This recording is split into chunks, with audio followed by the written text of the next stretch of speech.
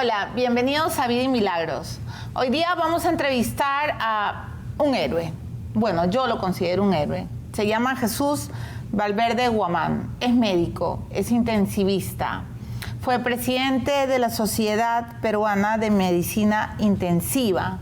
Es de Ica, estudió su posgrado, su especialidad de medicina intensiva en la Universidad de San Marcos, pero estudió medicina en la Universidad de San Luis Gonzaga de Ica, ¿no es cierto? Y lo considero un héroe porque durante la pandemia, durante la espantosa pesadilla que a los peruanos nos tocó vivir, el doctor Valverde fue el que comandó, el que lideró, el que dio la cara, el que respondió por todos estos héroes, estos médicos intensivistas, estas enfermeras que enfrentaron a la muerte, que le dieron la cara. Fueron ellos los que entubaron a los pacientes, los que en UCI pelearon, ¿no es cierto?, para que miles de peruanos resistieran.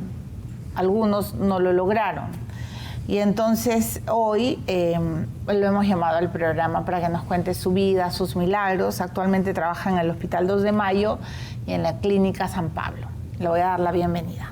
Doctor Valverde, ¿cómo está? Muchas gracias, Milagros, por la invitación y bueno, agradecerte por tus palabras y para conversar pues de lo que ha pasado en mi vida. Bueno, para mí usted es un héroe, siempre lo va a ser. Y le estamos eternamente agradecidos, todos los peruanos, por todo lo que ha hecho doctor Valverde. ¿Cómo está usted? ¿Cómo está ahora, después de todo lo que ha pasado, digamos? Claro. Ya el COVID está, bueno, sigue, continúa, ¿no? Pero ya no es la tragedia ni la epidemia que fue. ¿Cómo se siente hoy usted, doctor? Obviamente ya mucho mejor, ¿no? Ya pasamos el tema de estrés, de ansiedad de hace 2 años atrás, normalizando mi vida, ¿no? Tanto en mi hogar, con los amigos, con mi familia, con mis padres, ¿no? Y pues muy alegre de poder disfrutarlo, de vivir, ¿no? Porque creo que vivir hoy en día es un don que te dan y tú tienes que disfrutarlo, ¿no? Porque para eso estamos acá, ¿no? Para vivir la vida, para disfrutarlo, para compartirlo, para llorarlo también, pero bueno, así estamos. Muy alegre de haber sobrevivido.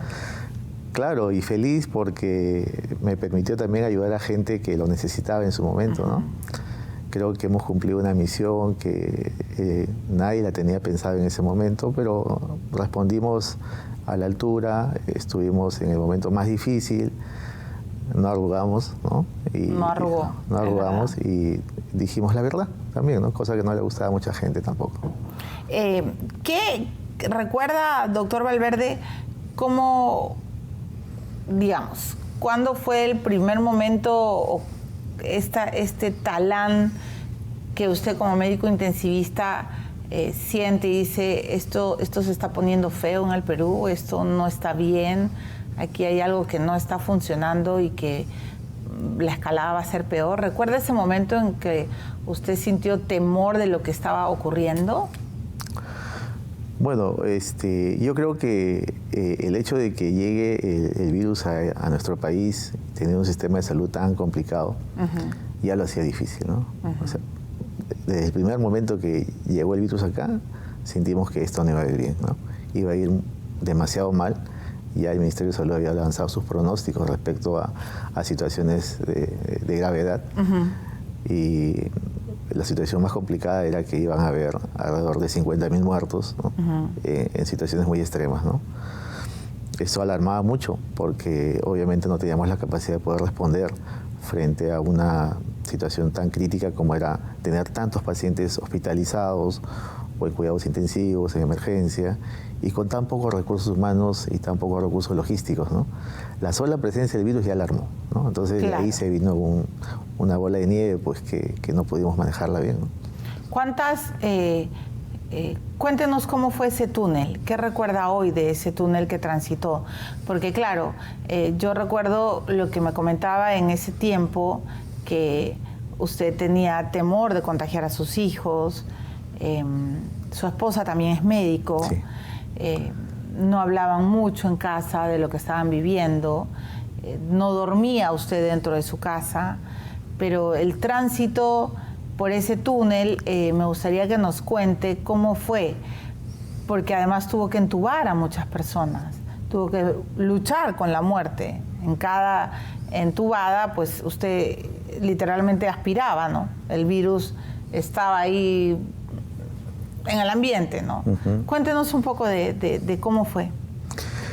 Bueno, retroceder en el tiempo y volver a marzo del 2020 me hace recordar momentos en los cuales tuvimos nuestro primer caso de COVID aquí en el país, ¿no? Que alarmó porque era una enfermedad nueva, era desconocida, no sabíamos cómo manejarla. Y de ahí para adelante la cantidad de casos que se han estado presentando. Obviamente cada situación es distinta, ¿no? Cada paciente es diferente, pero cuando nos dimos cuenta que ya no solo eran pacientes que eran vulnerables y eran pacientes que cualquiera podía adquirir este virus, alarmó demasiado, ¿no? Y luego ya ponerte en una situación de guerra prácticamente, dejar tu vida que llevabas y dedicarte solo a trabajar en el hospital o en la clínica, estar metido casi todos los días, cambió mucho, ¿no? También... ¿Cuántas horas trabajó? Bueno, de los 7 días de la semana trabajábamos entre 5 y 6 días, ¿no? De manera continua, 24 horas, ¿no? 24/7. ¿24 horas? Sí, 24 horas. Salíamos de un trabajo, entrábamos a otro, continuábamos en el hospital y teníamos que trabajar porque era una situación de guerra, ¿no? Una situación que nosotros teníamos que enfrentarla porque teníamos pocos recursos humanos. Y porque además no había muchos médicos intensivistas. No había, ¿no? Ya eso lo conocíamos desde antes que llegue el virus y sabíamos que todos teníamos que empujar y proteger, ayudar y contener este virus que venía bastante acelerado, ¿no? En el Perú hay... Bueno, no sé si la cifra aumentó, usted me corregirá, pero habían 700 médicos intensivistas, sí. Terminaron trabajando solo 500. Correcto. Los 200 se fueron a su casa por enfermedad. Comorbilidades, edad, ¿no? Por edad y todo. Así es. ¿Murieron intensivistas? Sí, han fallecido colegas intensivistas, ¿no? Han fallecido y las cifras son en el país aproximadamente más de 400 a 500 médicos que han fallecido en general, ¿no? Pero intensivistas sí también han fallecido, ¿no? ¿Amigos suyos fueron? Sí, compañeros de promoción, compañeros de trabajo, ¿no? Gente muy conocida, ¿no? Amigos, familiares también, ¿no? ¿Temió morir, doctor Valverde? Temor, claro, porque detrás mío hay hijos, ¿no? Hay familia y tenemos que pensar en ellos siempre, ¿no? Obviamente mi vocación de servicio hacía que primero era en ese momento el paciente, ¿no? Y tenía que estar ahí, no podía alejarme de cuidados intensivos. ¿Qué ha sido lo peor de esa etapa? ¿Qué ha sido lo que todavía no se va de su mente, lo que a veces regresa como pesadilla? Sí, hasta ahora el tema más complicado que hemos pasado fue cuando las salas de hospitalización y de UCI colapsaron. Había mucha gente que esperaba camas, ¿no? Y había que decidir pues quién ingresaba y quién no, ¿no? Y había mucha gente joven, había gente que tenían hijos pequeños, ¿no? Familias completas, y eso no era justo, ¿no? Pero vuelvo a repetirlo, era una situación bastante complicada y que no se debe volver a repetir porque todos tenemos derecho a oxígeno, a salud, ¿no?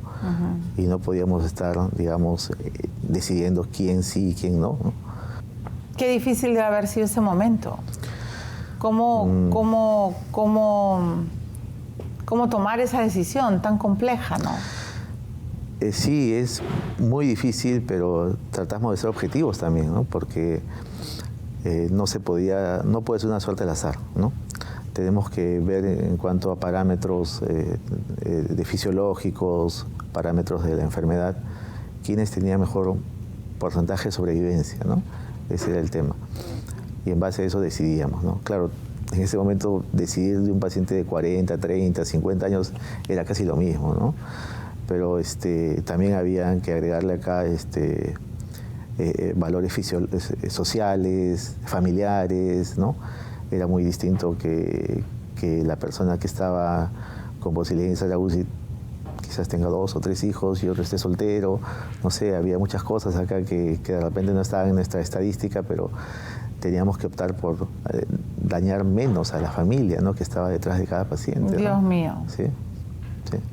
¿Los rostros de esos pacientes no se han ido de su cara? No. Recuerdo varias situaciones, ¿no? Por ejemplo, tenía en mi lista tenía la posibilidad de ingresar a un adulto joven, recuerdo 32 años más o menos, su pulmón todavía era recuperable. Y cuando fuimos a recogerlo de la sala de hospitalización para pasarlo a UCI, no quiso ir, ¿no? Me dijo, no, yo quisiera que usted se lleve a mi esposa. Y su esposa estaba en la cama del frente, ¿no?, más complicada, con menos posibilidad de sobrevivir.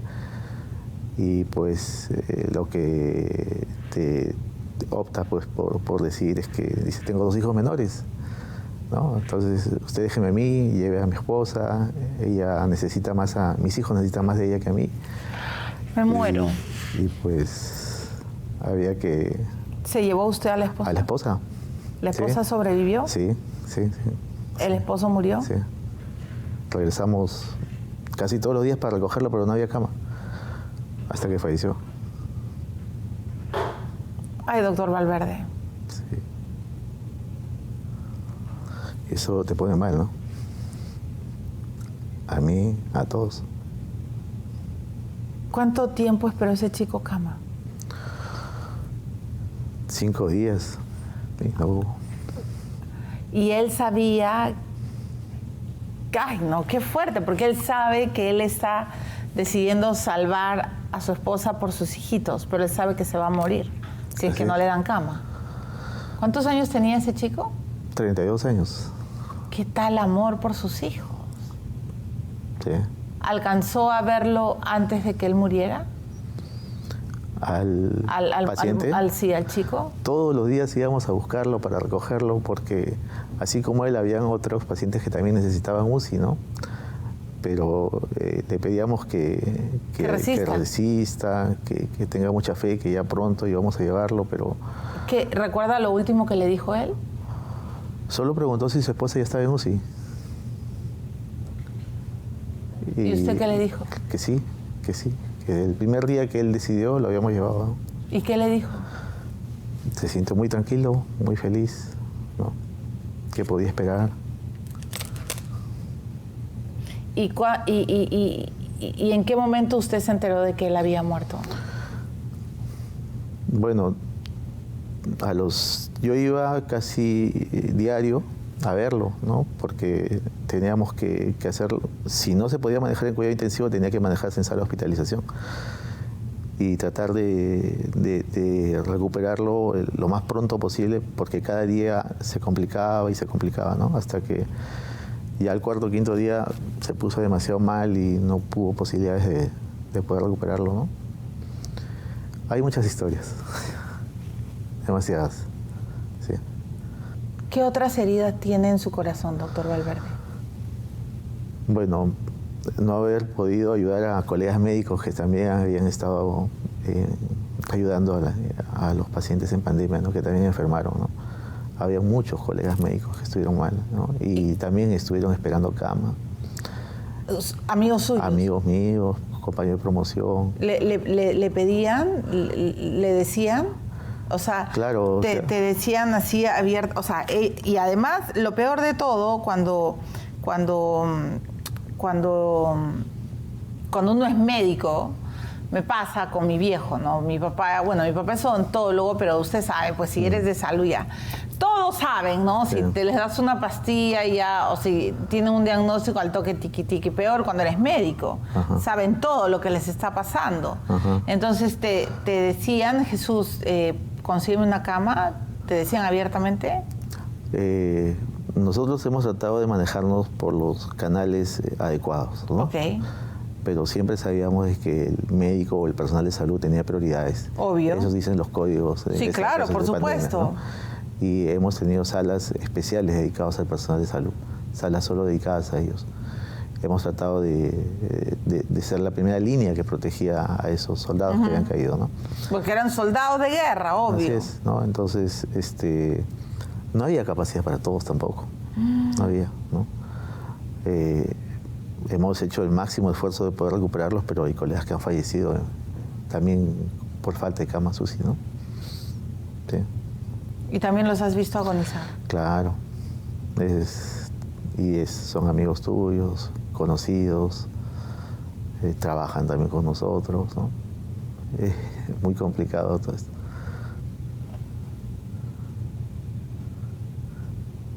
Sí. Me hace recordar momentos que ya quisiera olvidar, pero ahí los tengo. Pero es bueno que lo vote, porque sí, cuando uno verbaliza, repara, sana. Sí, sí, claro. Sí. Y eso es lo que les ha faltado, gente que los apoye. Sí, obvio, ¿no? O sea, estamos viviendo todavía con esto de adentro, ¿no? Y ya pasó la pandemia, pero todavía estamos ahí nosotros. Sí, claro, bajo tienen secuelas. Bajo de estos efectos post, ¿no? Postraumáticos. ¿Cuáles han sido las secuelas? ¿Duerme bien? ¿Tiene insomnio? ¿Qué secuelas ha tenido? Bueno, sí, eso es una parte importante. Uno no regula el sueño, ¿no? Vive bajo estrés todavía, ¿no? Los problemas tratamos de asumirlos con la entereza, pero a veces te superan mentalmente, ¿no?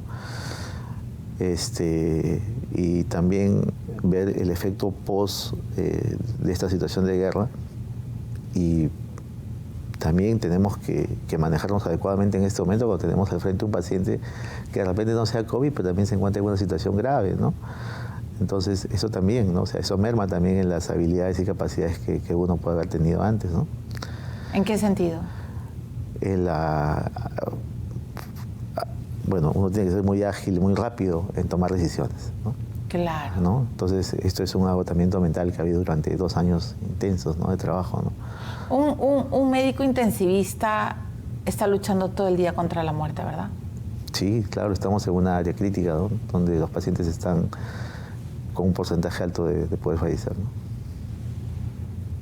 ¿Cuántos años tiene usted como médico intensivista? Ya tengo 23 años aproximadamente, sí, 23 años, desde que inicié mi residentado médico. ¿Qué es lo más así, ya lo más atroz, Milagros? Esto yo nunca he podido ni siquiera olvidarlo, no procesarlo. No sé, una persona que llegó ya, algún paciente que para usted lo haya marcado para toda su vida como médico intensivista. Bueno, hay tantos, pero el último que recuerdo es hace 2 semanas. ¿Cómo llegó? Un herido de bala en la cabeza. Un herido de bala en la cabeza, ¿ya? 15 años. 15 años jugando pelota. Hubo una riña y le dispararon en la cabeza. Y obviamente una herida de bala en la cabeza es un paciente que prácticamente está muerto, ¿no? ¿No? Y sin salida de bala todavía, alojada en la parte posterior, ¿no? Entonces hay que darle el soporte vital. Claro. Llegó obviamente inconsciente. Inconsciente, ¿no? Inconsciente con su madre. ¿La madre lo llevó? La madre lo llevó. La madre lo llevó, se le atendió, pasó a UCI, le dimos el soporte, lo estabilizamos, lo ingresamos a sala de operaciones estabilizado, el neurocirujano lo operó, obviamente hizo todo lo necesario, y lo más importante es que salió bien. Salió bien, se le dio el soporte, ahora el chico está despierto. ¿El chico sobrevivió? Sí, claro. O sea, eso para ustedes debe de ser... Es una satisfacción. Claro, va ya el baleado y está vivo. Está vivo, ¿no? No. Así es. Y nosotros hemos hecho todo lo necesario para que el cerebro, que está obviamente afectado por la bala... Eso le iba a decir, ¿habla? Habla, ¿no? O sea, le hemos dado todas las medidas adecuadas de neuroprotección, llamamos, claro, para que el cerebro no se dañe, ¿no? Tanto, ¿tiene memoria y todo? El chico habla, o sea, obviamente va a necesitar una rehabilitación bastante... ¡Qué bueno! Claro. Uh-huh. Claro, esos son sus premios. Sí. Actuó rápido, hicieron todo lo que tenían que hacer. Sí. ¿Y cuál ha sido el paciente que usted lucharon demasiado en UCI, hicieron todo lo que tenían que hacer y creían que iban a salir y no salió. Sí, sucede también. ¿Pero Sucede. recuerda algún caso que lo golpeó demasiado? Bueno, en la pandemia. En la pandemia tuve un compañero de promoción. Llegó mal, se le colocó el ventilador, se le dio todas las medidas de cuidado, salió, ¿no? Se recuperó, pero salió con traqueostomía. Y justo me dio COVID a mí, ¿no? Entonces tuve que retirarme del hospital 2 semanas. Cuando regresé lo vi que se había deteriorado, se habían hecho todo lo necesario, pero falleció, ¿no? Eso fue, para mí, fue bastante, me amilanó mucho porque es compañero de promoción, ¿no? Y seguro que yo hubiera hecho todo lo necesario y extraordinario, porque también lo hicieron mis compañeros, pero para poder sacarlo, ¿no? O sea, pero ya cuando llegué estaba muy mal. Sí. O sea, siente que si usted no se hubiera enfermado, quizá Sí. hubiera Sí, hecho algo yo hubiera hecho, yo hago todo por todos, ¿no? O sea, tan igual, no distingo si es médico o es personal de salud, ¿no? Pero creo que la demanda de camas hizo que lo sacáramos muy rápido de UCI para pasarlo a hospitalización, ¿no? Y eso fue nuestro error, ¿no? Lo asumo como equipo, ¿no? No de manera individual. Y eso te lleva a lecciones aprendidas también, porque COVID, tú piensas que ya lo manejaste, ya estaba dominado y nuevamente se activó o hizo una infección agregada, se complicó y ya cuando quiso retornar ya las camas estaban ocupadas y murió, falleció. Y que usted dice, yo hago de todo por todos. ¿Y quién hace de todo por usted? A mi familia, mi esposa, mis hijas, claro. Sí, ellas siempre me lo han dicho, ¿no? En toda la pandemia me lo han dicho, ¿no? Que iban a estar conmigo en las buenas y en las malas, ¿no? ¿Cuántas hijas tiene? Tengo 3 hijos y las dos son mujercitas, las mayores. ¿Cuántos años tienen? 22 años y 17. ¿Y le decían eso, papá, estamos contigo? Sí, claro, estamos contigo y ellas estudian medicina. Sí, también. Cuando usted cayó enfermo de COVID, ¿quién lo cuidó? Con mi esposa, los dos caímos juntos, ¿no? Nos fuimos de la casa a vivir a otro lado para evitar infectar a nuestras hijas, ¿no? A nuestros hijos. Y estuvimos los dos muy atentos. ¿Se cuidaron entre ustedes? Sí. Y obviamente también los compañeros del trabajo que estaban atentos, ¿no? A lo que pasara. Sí. ¿Valió la pena ser médico? Siempre, ¿no? Yo he dicho que siempre hubiera escogido esta carrera y siempre hubiera sido intensivista. Eso sí no lo cambio por nada. Vamos a la pausa. Quiero saber, ¿por qué eligió ser intensivista? Una carrera, una especialidad donde tienes que tener temple de acero, donde no puedes estar dudando, tienes que tomar decisiones muy rápidas, como acaba de decir el doctor Valverde. Llegan personas accidentadas, quemadas, partidas, llegan con mucha sangre. ¿Y qué haces? Te vas a poner a decir, ay, bueno, voy a tomar una decisión que nada. Si el médico intensivista no reacciona, te vas a morir. ¿Por qué el doctor Valverde decidió trabajar en trauma shock y en todo lo que significa UCI? Ya regresamos.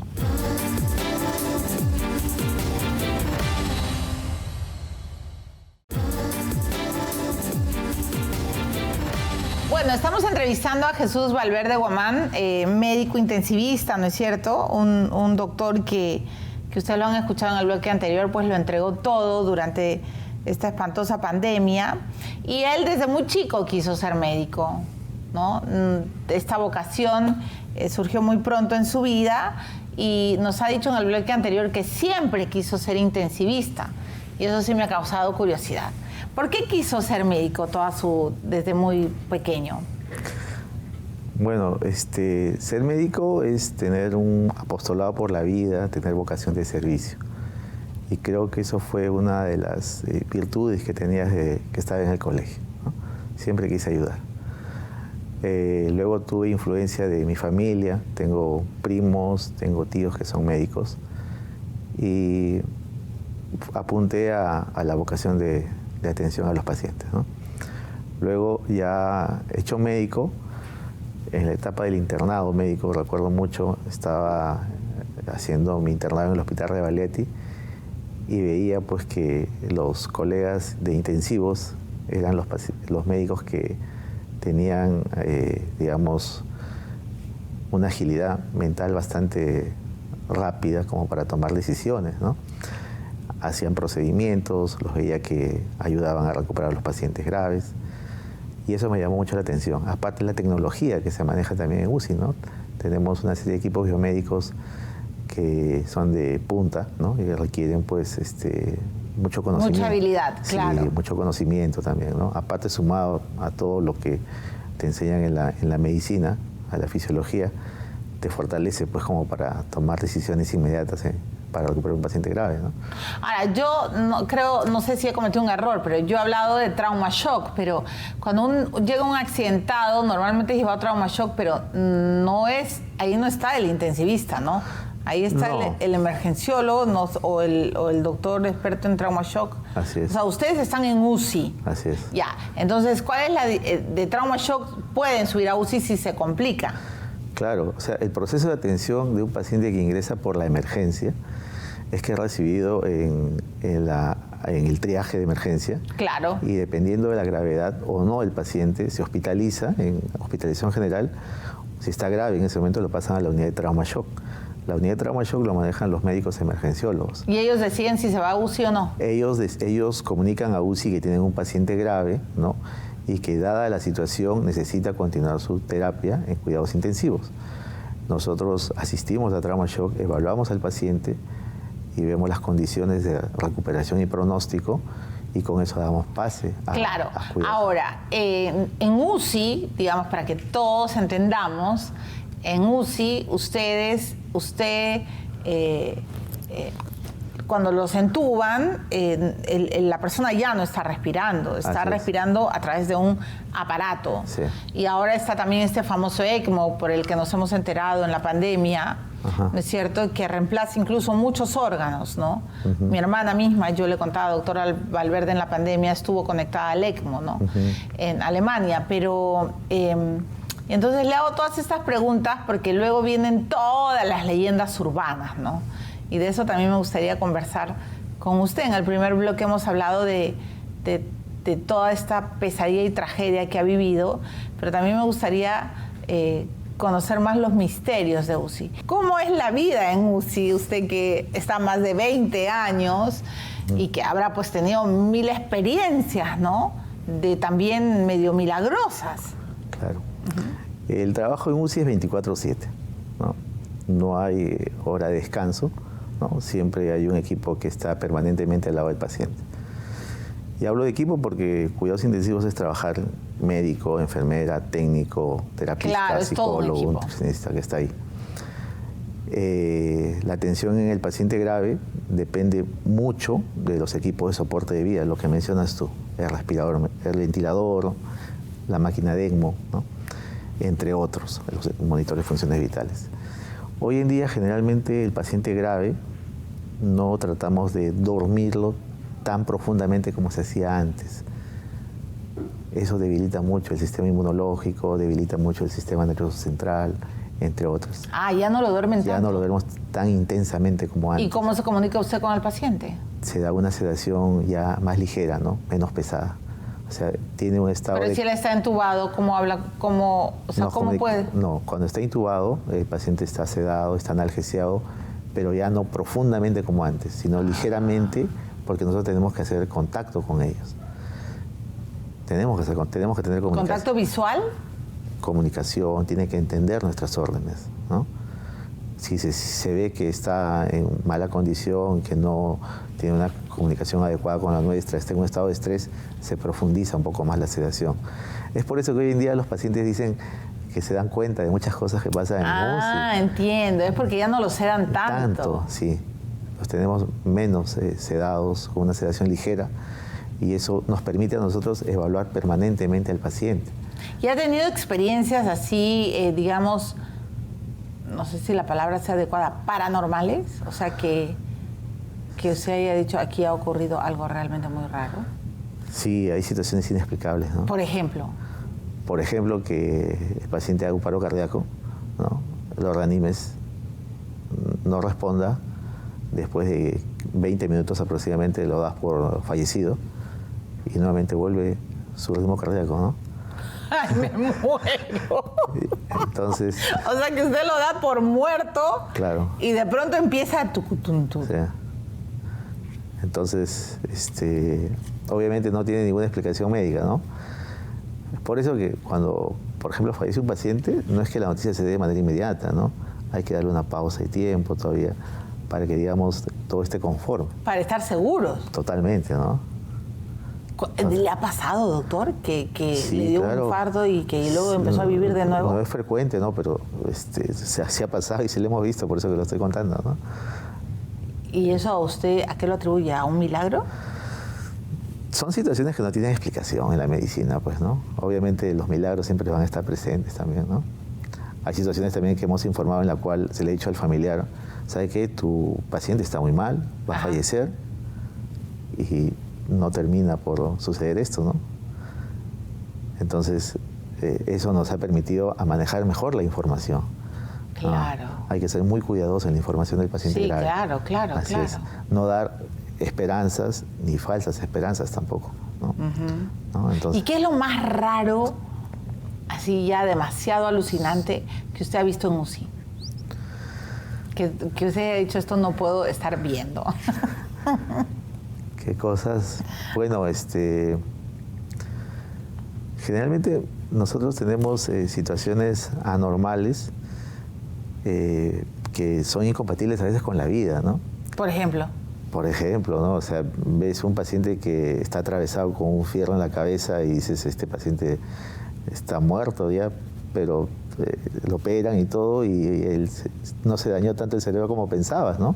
Atravesado por un fierro. Claro, ya. como seguro habrás visto en... Sí, como las películas. Como las películas, ¿no? Ya. Entonces, ese es incompatible. Ese es Claro, y sobrevive. Y luego ¿no? está comiendo, como si nada hubiera pasado. Así ya. es, ¿no? Claro, ¿no? Entre otras, ¿no? Pacientes también que a veces, bueno, estamos en un tema de mucha violencia, ¿no? Claro. Bastante, ¿no? Hemos tenido hace poco un paciente con 14 heridas de bala y está vivo. 14 Heridas de bala, ¿no? Entonces, eso a veces, digamos, ha tenido mucha suerte para que no haya caído un órgano tan vital, ¿Y ¿no? le ha pasado de que cuando sale de UCI, no sé, los familiares pues le han encomendado, evidentemente siempre le encomiendan a su paciente, ¿no? Pero digamos, le han dado algo, la imagen... Estampitas. Exacto, Sí. para que le ponga, ¿no? Así es. Yo he dado, ¿no? Así Cuando es. mi mamá estuvo en UCI, qué sé yo, pero le han dado algo de varias cosas, le han encomendado tanto y al final ese paciente ha sobrevivido. Sí, Alguien que claro. está realmente grave. Así es. Así ¿También es. le ha pasado? También nos ha pasado. Mira, nosotros somos mejores amigos de los familiares de pacientes que de los pacientes. Porque los familiares de pacientes saben cómo hemos llevado durante todo ese tiempo de hospitalización en UCI al paciente.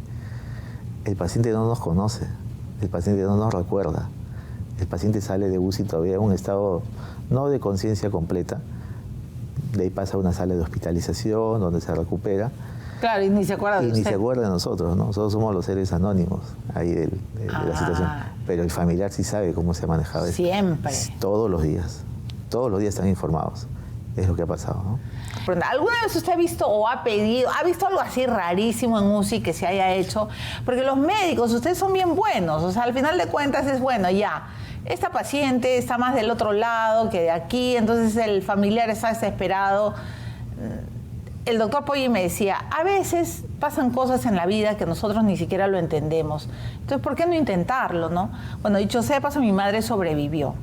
Y claro, ella le agradece a todos, ¿no? Al doctor Poggi, al doctor Salinas, al doctor... Pero también dice que le salvó el huevo. O sea que nosotros también la curamos, ¿no? Pero a eso quería preguntarle, ¿algo raro, algo extraño ha visto en UCI que usted hasta ahora diga, Dios mío, ¿cómo pudimos hacer esto? Bueno, hoy en día las unidades de cuidado intensivo ya no son unidades cerradas, ¿no? No, pues, Ya exacto. no, ya son unidades abiertas y se comparten mucho con los familiares, ¿no? Hay un tema de humanización hoy en día. O sea, si el paciente está muy mal, tiene que estar acompañado de la familia, ¿no? Claro, porque solito también se va a deprimir. Así es, y hablo de pacientes que están inconscientes, en estado de coma, ¿no? Uno nunca sabe, ¿no?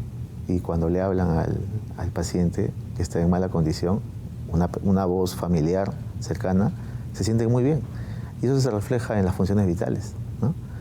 Entonces... Ustedes dejan pasar a los familiares claro, para que les hablen. Por supuesto. Exacto, eso me decía el doctor Polly. Por supuesto. Hoy en día los unidades de cuidado intensivo, bueno, todavía no se aplica en el país, las 24 horas tiene que estar el familiar adentro. Eso ayuda mucho a rehabilitar al paciente, ¿no? Eso se llama humanización hoy en día.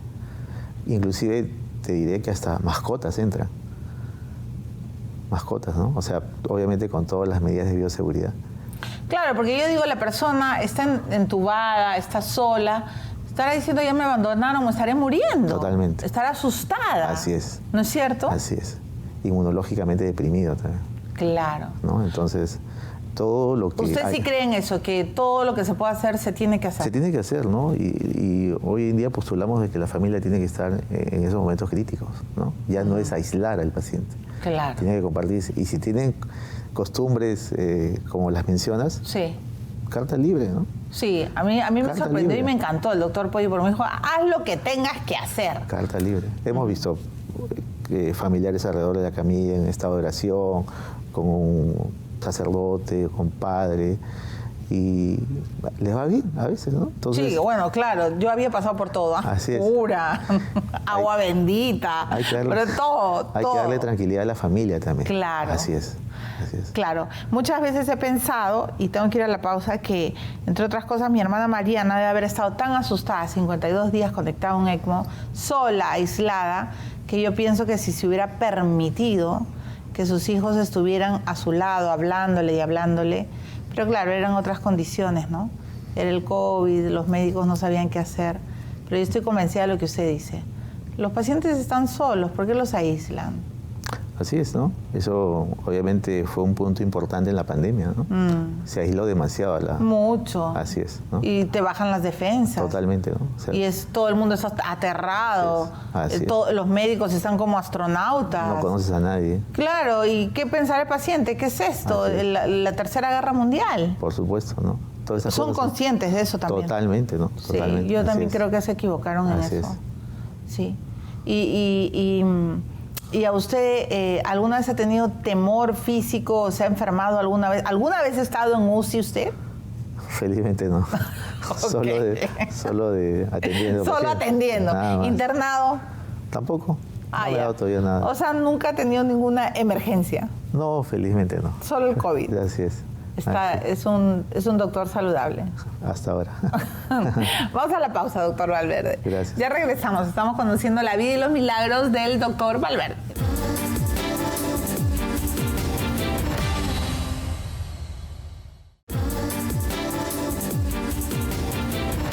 Bueno, estamos en el momento celebratorio con el doctor Jesús Valverde. Así que, ¿por qué brindamos, doctor Valverde?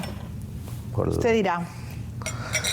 Yo creo que por la vida, porque eso es lo que más queremos en este momento. Por la vida, ¿no? Por la familia, por el... Por todos los médicos entregados del Perú como usted, por favor. Ay, muchas gracias. Sí, por supuesto, por todos los colegas que han estado ahí al frente. Sí, ay, a mí Así me es. parte el alma cuando vas por Armendáriz, por el colegio médico y ves todas las fotos de los... Casi se me... Por su familia de ellos también, de todos, de su familia que han sufrido bastante. qué ¿no? pena, Sí, ¿no? de cada uno Todo de ellos, este homenaje que se les ha hecho, ¿no? Ujú. Pero bueno, salud por la vida, sí. Así es, siempre. porque a pesar de todo, vale la pena, ¿no? Por supuesto, ¿no? La vida para nosotros es un apostolado dentro de la formación médica, ¿no? Y tenemos que siempre respetarla, tenemos que recuperar pacientes que se encuentran en mala condición, ¿no? Y bueno, si no se puede recuperarlos, también conducirlos de la mejor manera a la muerte, ¿no? Que es parte de la vida. ¿Cómo los reconduce? Siempre Primero salud. Salud. Primero, Salud. hablemos de la salud. Perdón, de la vida y luego de la... Porque no se habla también de la muerte digna, ¿no? Eso es lo que siempre hemos tratado de... Sí, la muerte también tiene que ser digna, se tiene que ayudar. Por supuesto, ¿no? Siempre que tocamos este tema es bastante complicado explicarlo y que lo entiendan, ¿no? Sobre todo también colegas médicos, ¿no? Porque todos, nuestra formación es esa, luchar por la vida del paciente, pero en el caso de cuidados intensivos, cuando se hizo ya de todo por recuperar al paciente, tenemos que buscar la muerte digna, como tú mencionas, ¿no? O sea, que el paciente esté acompañado de la familia, que el paciente no tenga dolor, que esté sedado, que cuando esté ya no hay hidratado. nada que hacer. Así es, ¿no? Claro. ¿No? Y no pensar, porque a veces también creen que lo desconectamos, ¿no? Y eso no sucede. No es así. No sucede, ¿no? Eso es respetar la vida del paciente. Por supuesto. Uh-huh. Estoy de acuerdo. ¿Cuál es su principal temor? Bueno, aunque no creas, siempre ha sido enfermarme, ¿no? O sea, nunca me ha pasado... Bueno, me ha pasado de muy pequeño que me enfermé, pero no lo recuerdo, ¿no? Tuve una caída a los 3 años, me dicen mis padres, y tuve una lesión en la cabeza, ¿no?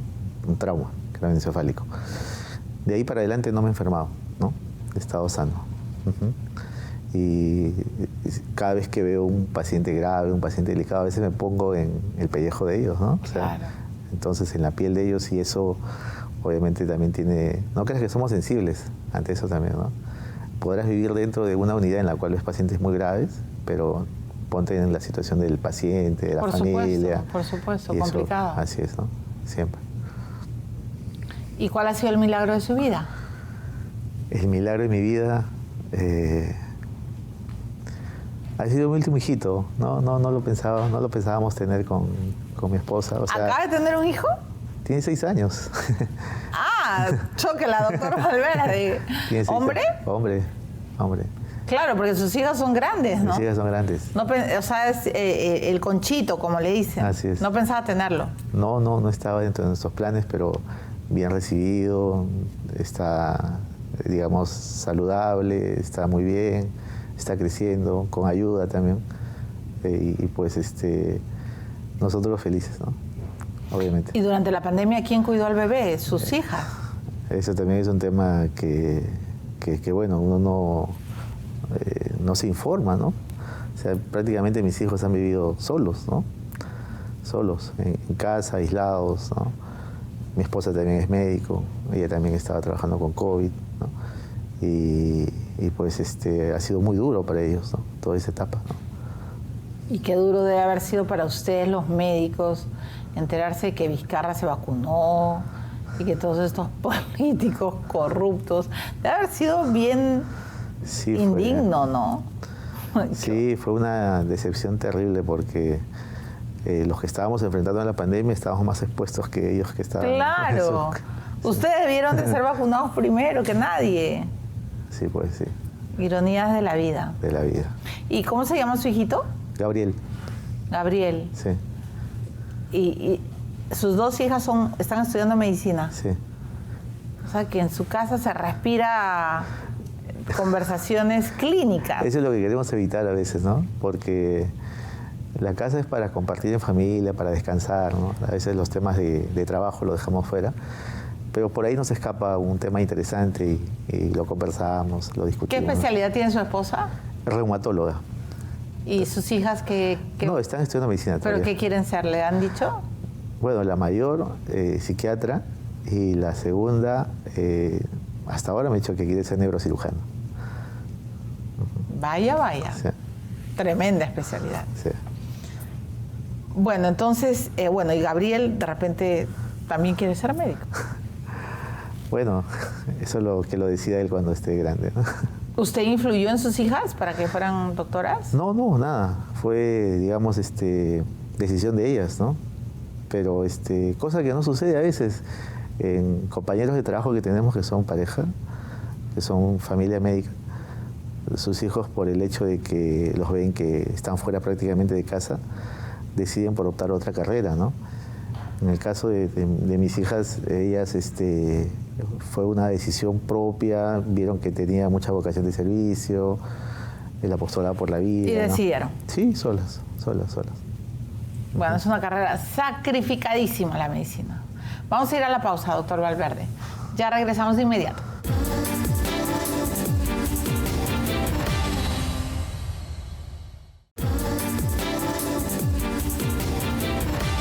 Bueno, estamos en el tramo final con el doctor Jesús Valverde y nada, primero le quiero agradecer por estar en el programa y le tengo que hacer varias preguntas ping-pong. ¿Cuál es el valor que usted más aprecia en una persona? La sinceridad, ¿no? La lealtad también. Y ¿Perdona la traición?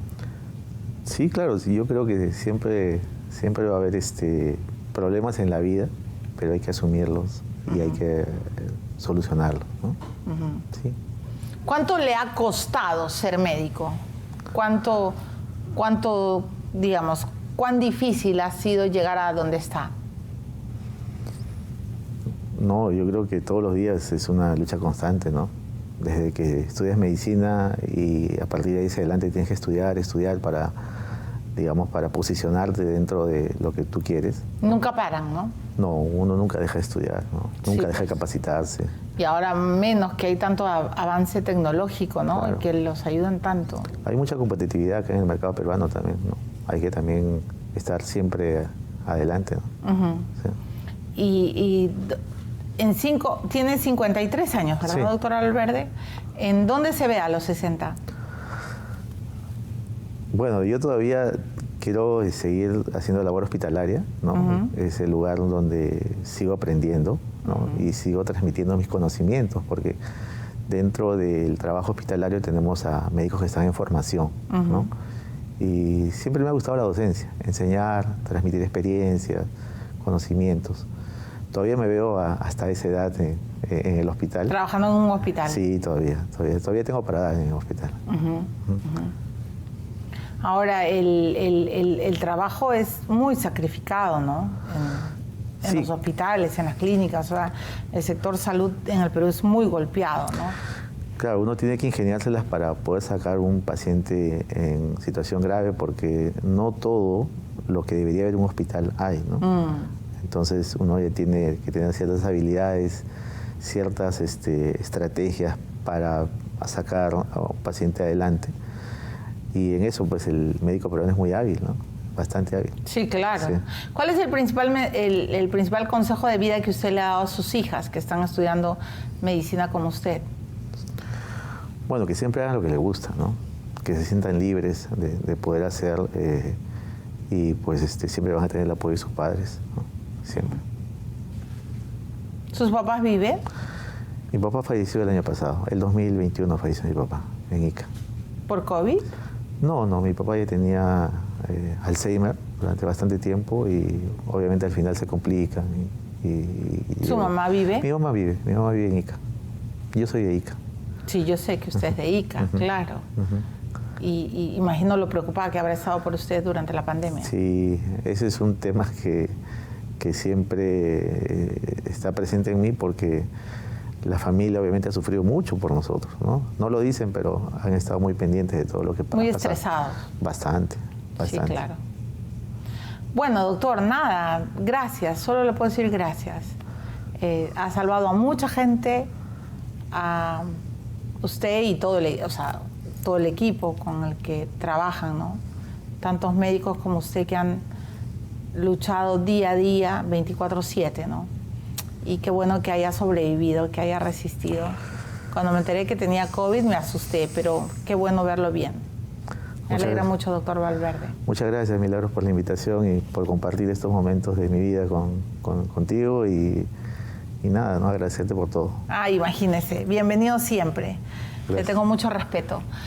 Bueno, yo tengo que terminar. Yo me voy a quedar solo con lo que es que podría decir tantas cosas del doctor Valverde, pero creo que hay que ser bien valiente también para, como médico,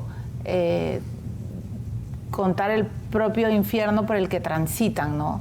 Y qué complicado y qué penoso que doctores que han estado en primera línea en un momento de guerra ni siquiera hayan tenido soporte psicológico, ¿no?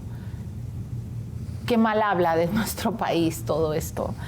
Pero también creo que ellos son personas resilientes y que, miren, pues, buscan con sus equipos, entre ellos mismos, ¿no? Cuidarse, protegerse, y por eso para mí son los héroes. O sea, me quedo bastante compungida por lo que he escuchado, que nadie los ha sostenido, pero me queda claro que no podíamos esperar más de estos gobiernos corruptos. Sé que no lo tengo que decir, pero lo lamento. Nos volvemos a encontrar con otro personaje en un próximo episodio, pero recuerden, cada vez que vean salir a un paciente de UCI, recuerden que fue posible porque hubo un equipo médico, doctores, enfermeras, técnicos, que estuvieron 24/7 logrando luchar contra la muerte. Chao, que estén bien.